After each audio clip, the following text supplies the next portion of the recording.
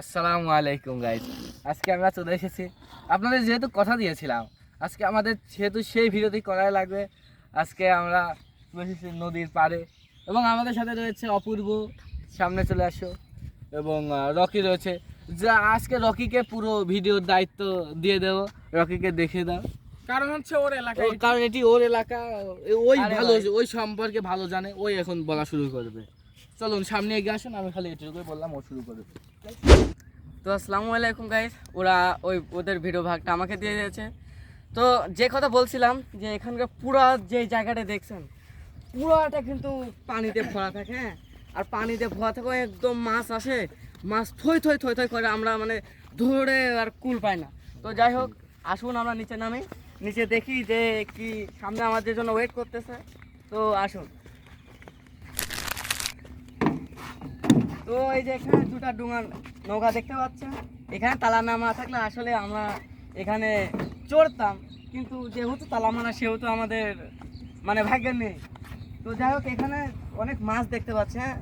তো আমরা অন্য টাইমে হয়তো মাছ ধরতাম, কিন্তু এখন পানিটাও কম থাকার কারণে মাছগুলো বেশি পানিতে চলে গেছে। তো এগুলো ধরতে জাল লাগে, আর যদি চিপটা ধরতে চান তো এখানে ভালো লাগবে, অবশ্যই সময় কাটাতে ভালো লাগে। তো দেখছেন ওরা প্রায় হাঁটু পর্যন্ত নেমেছে ওখানে। তো মাছ ধরছে, আসলে কি মাছ পায় কিনা আমরা দেখব, কিন্তু ওরা পারে কিনা আমরা ওদের উপর আসলে ভরসা। আসলে পানি বেশি থাকার কারণে আমাদের অনেক সমস্যা হচ্ছে। পানি বেশি থাকার কারণে এটা আমরা মানে বুঝে উঠতে পারছি না কিভাবে ধরবো। আমরা একটু গুপ্তধন পেয়েছি এই জায়গায়, তো আমরা গুপ্তধন দেখে নিন গুপ্তধন। গাইস দেখুন, এখানে শ্যাওলা জমে গিয়েছে, আর আমার বন্ধু একটি কারেন্ট জাল খুঁজে পেয়েছে।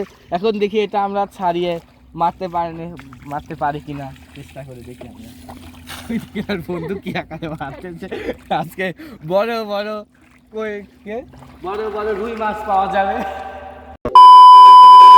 গাইস এখানে কয়েক হাজার বিঘা চর রয়েছে, কিন্তু এখন দেখতে পাচ্ছেন এখানে কোনো নৌকা নেই। ওই বড় ওইটা যদি থাকতো, ডুঙা নৌকা যদি থাকতো তাহলে আমরা যেতাম, কিন্তু এখন যাওয়া সম্ভব না। আমরা ইনশাল্লাহ আগামী দিন যাওয়ার চেষ্টা করব, কারণ এই চরটা অনেক বড়, যেটা ঘুরে দেখানো একেবারে পুরোই অসম্ভব জিনিস একটা।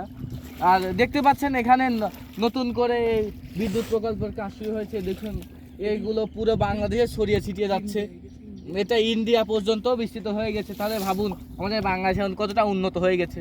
এই যে বিদ্যুৎ এখন সারা বাংলাদেশে এবং ভারতেও সরবরাহ হচ্ছে এই বিদ্যুৎ। এখন এই যে মেগাওয়াট, এখানে প্রায় 2400 মেগাওয়াট বিদ্যুৎ উৎপাদন হচ্ছে। ইনশাল্লাহ সম্ভবত 26 সালে এটি শুরু হবে। আমরা চলুন একটু, আমরা বন্ধুরা একটু আজকে বেয়ার গ্রিলসের মতো ফরেস্টে যেতে যাচ্ছে, জঙ্গলের মধ্যে। চলুন আমাদের মিনি জঙ্গলে চলে যাই।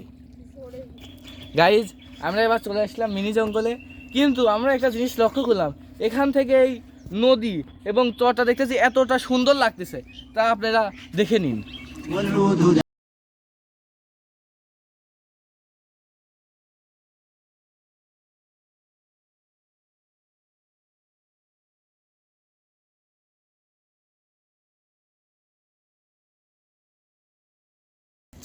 গাইজ এখানে দেখতে পাচ্ছেন আমরা আরেকটি ডুঙা নৌকার কাছে চলে এসেছি, কিন্তু এই ডুঙা নৌকাটি এখন নষ্ট হয়ে পড়ে আছে।